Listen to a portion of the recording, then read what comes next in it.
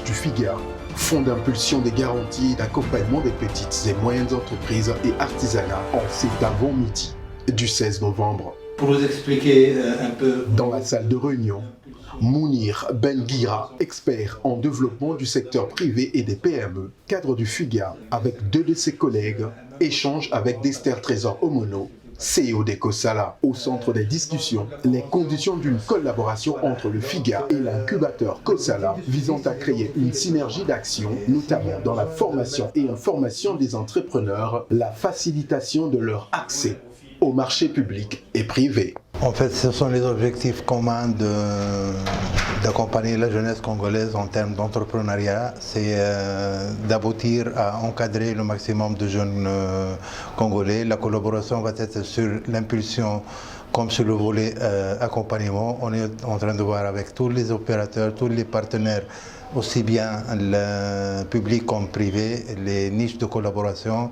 pour travailler ensemble sur ces activités-là pour arriver à un maximum de jeunes Congolais encadrés, accompagnés, assistés pour créer des projets et pour aller vers l'auto-entrepreneuriat. Il s'agit donc ici pour les FIGA de dénicher sans complaisance un meilleur partenaire pour la mise en musique de ces piliers essentiels d'intervention auprès de tout Congolais créateur d'activités indispensables à la création d'emplois et de richesses, à l'occurrence l'impulsion et l'accompagnement via le service de formation, assistance au montage des plans d'affaires ainsi que l'assistance aux entreprises en développement dans l'évaluation de leurs besoins techniques, financiers et au montage des dossiers de demande de financement, mais aussi à la formalisation, pour ne citer que cela. Au regard de l'expertise avérée de Kosala en la matière, les attentes du FIGA en cas de signature de convention de partenariat sont sans équivoque. C'est de travailler principalement sur les activités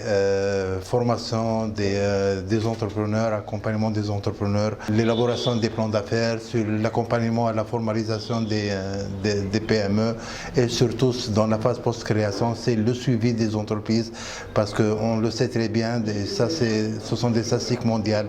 Le taux de casse après la création, la première, la deuxième et la troisième année est très important. Donc FIGA a réfléchi à ce volet-là et on va encadrer ces entreprises après leur création pour assurer qu'elles soient pérennes, qu'elles puissent se développer dans un contexte économique aussi bien national que régional que international.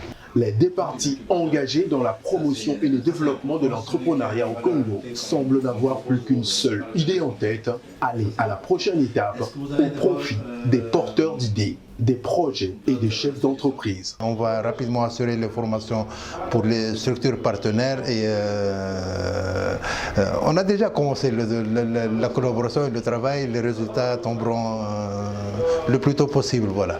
En attendant, rencontre surprise dans le couloir du bâtiment avec Armel Fridola Bouloukoué, directeur général du FIGA qui a tenu personnellement à venir encourager son futur partenaire dans la réalisation des missions dévolues à son institution. Dexter, ça va? Ça se passe très bien? Nous on compte sur toi. Hein? Non, moi je compte sur vous. C'est bien. Hein? On va bosser. Hein? On va excuser, merci déjà. Oui, structure publique d'appui des très petites et moyennes entreprises et artisanats, le FIGA est destiné à apporter des réponses concrètes à la problématique d'accès des TPMEA aux services non financiers et financiers à travers une approche de garantie, d'impulsion et d'accompagnement.